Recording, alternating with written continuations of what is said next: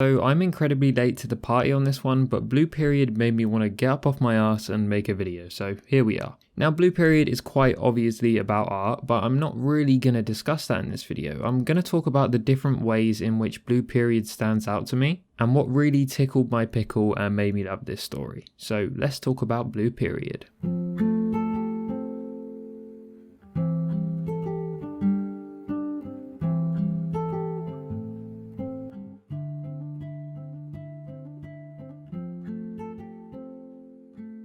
Considering that everyone here has probably watched, read, or at least heard of Blue Period, I'll keep the synopsis nice and brief. It's basically about a hard worker who doesn't really have anything that grabs their interest in life, but upon discovering art, that kind of all changes and he has this newfound passion, which touches on an interesting point actually. Should you keep your passion as a hobby or pursue it as a career? Definitely something to think about. In fact, tell me in the comments, should you keep passion as a hobby or take it as a career? Let me know below. Regardless of this though, in the case of Blue Period, Yatora of course aims for the top university and the story progresses from there, so let's get into what makes Blue Period so great. One of the most important things that Blue Period has managed to properly nail is realism. Realism in the people and world specifically. I mean, in a medium like this, it's very easy to fall into cliches, but you know, for a story that is meant to be very grounded in real life, it needs to feel natural to me. And Blue Period does this straight off the bat. When Yatora makes clear his career plans to become an artist, his friends are not cliche berating him for wanting to go to art school. In fact, it's nice to see that they're actually supportive of him, as friends should be, of what he wants to do and actually encourage him to pursue it. This feels incredibly more natural than the typical lone wolf who has to prove his friends and family and everyone wrong when the world is against him like some edgelord. It just throws that out the window and instead shows how real friends act. Considering, you know, they're meant to be a bunch of delinquents, they are pretty mature students at times. And speaking of the students, damn does it not underplay the stress these poor kids go through. I thought art school would be all fun and games and painting nudies, but no, it's cram school, 12-hour days, high stakes, high pressure, and people literally having mental breakdowns or going to hospital because of overwork. It seriously does not glorify the process of trying to attend one of these most sought after schools. In fact, it makes me want to do the opposite. Wait, I was trying to make this video inspirational, but it just got kind of deep. Oops. As a matter of fact though, the mangaka of Blue Period attended TUA in real life, so they probably know better than anyone what the process is like, which feeds into this realism that I'm talking about. I'm sure you could think up a quote here about life imitating art or art imitating life or something, but I just can't work it out. I was also shocked with some of the results of the TUA exams too, where some particular people I thought were safe were just blammed and lost out, which I think is a testament to that bootstrapping mindset where yeah, hard work pays off sure, and I don't disagree with that, but there definitely is an element of luck involved with these things, and sometimes simply putting in the work isn't enough and doesn't always guarantee you success. I mean, there's even a couple events in the manga, like the Smashing Mirror, where the luck quote unquote of that happening actually contributes to Yatora's next piece and maybe helps him get through. So sorry for all of those Sigma male grindset people watching, but that's just how it be sometimes.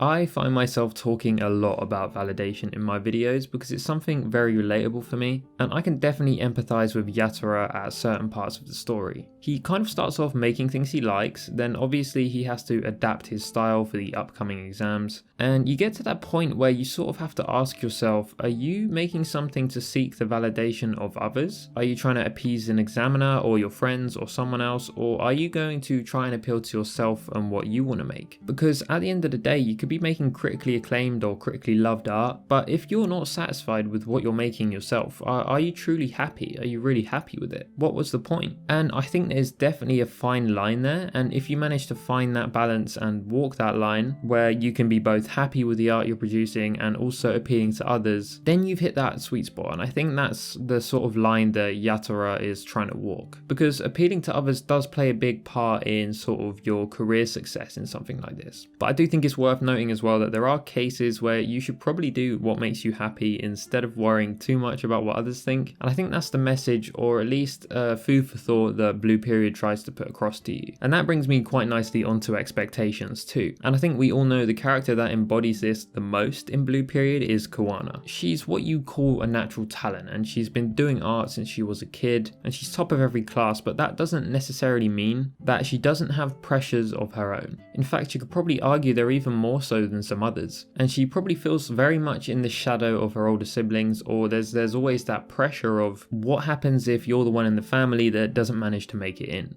And of course, being the best naturally comes with other expectations, of people in your class who expect you to be at the top, and that sort of provides a different weight of pressure on its own. And it was nice to see that these characters sometimes didn't just bottle these feelings up and did talk about them to each other, and their interactions really benefited the story. Now, before I get onto my final point, I quickly want to address the elephant in the room, which is the anime versus the manga. Generally speaking, I prefer manga, but I watched Blue Period first, and I had so many people make out like if I didn't read the manga from the beginning, I'd be missing out on so much. But honestly, I think people massively overplayed that. I had no issues with the anime at all, and after reading Blue Period from the beginning, I honestly didn't spot that much difference. Maybe it was more to do with the pacing, or it might have been just like a Reddit hive mind thing. But come on, we all know the source material tends to be better, but I'd say you can't really go wrong with either here. And of course, if you watch it, then just pick up the manga after you've finished. I am slightly biased here though, because I like watching slice of life for the most part as opposed to reading, but still, I recommend both.